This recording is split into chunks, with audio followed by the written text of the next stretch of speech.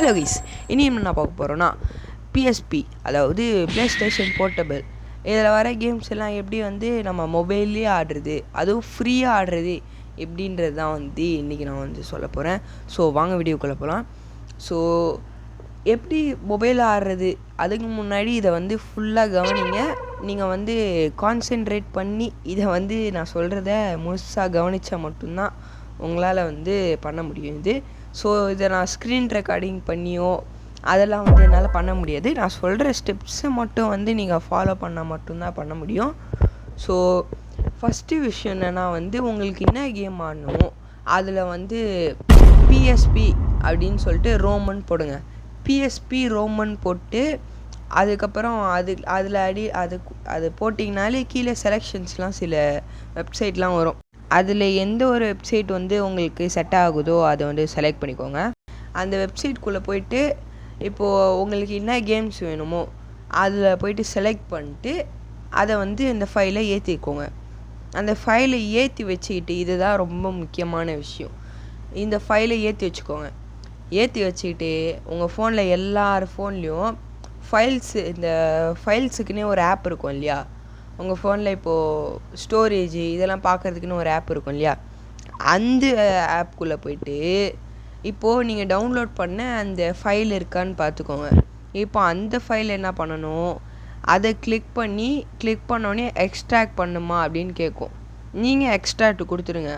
அந்த file extract ஆகிட்டு இப்போ எக்ஸ்ட்ராக்ட் ஆகாத ஃபைல் ஒன்று, எக்ஸ்ட்ராக்ட் ஆகிற ஃபைலு 2 இருக்குது. ஸோ நீங்கள் என்ன பண்ணணும், எல்லாமே பேக் உங்களுடைய இன்டர்னல் ஸ்டோரேஜ் இருக்கு இல்லையா, அதில் போய்ட்டு நீங்கள் ஒரு ஃபோல்டர் நீங்கள் க்ரியேட் பண்ணுற மாதிரி இருக்கும்.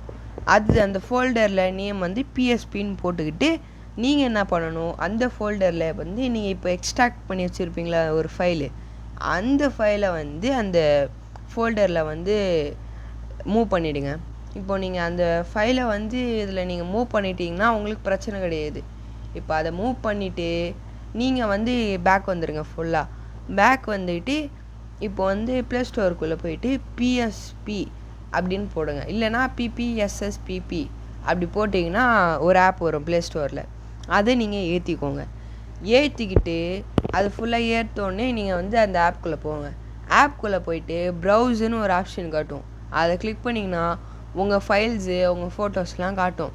அதில் போயிட்டு இப்போ இன்டர்னல் ஸ்டோரேஜில் நீங்கள் ஒரு ஃபோல்டர் க்ரியேட் பண்ணியிருக்கீங்களா, அந்த ஃபோல்டருக்குள்ளே போயிட்டு இப்போது அந்த ஃபோல்டருக்குள்ளே போனோடனே அந்த கேம் காட்டும்.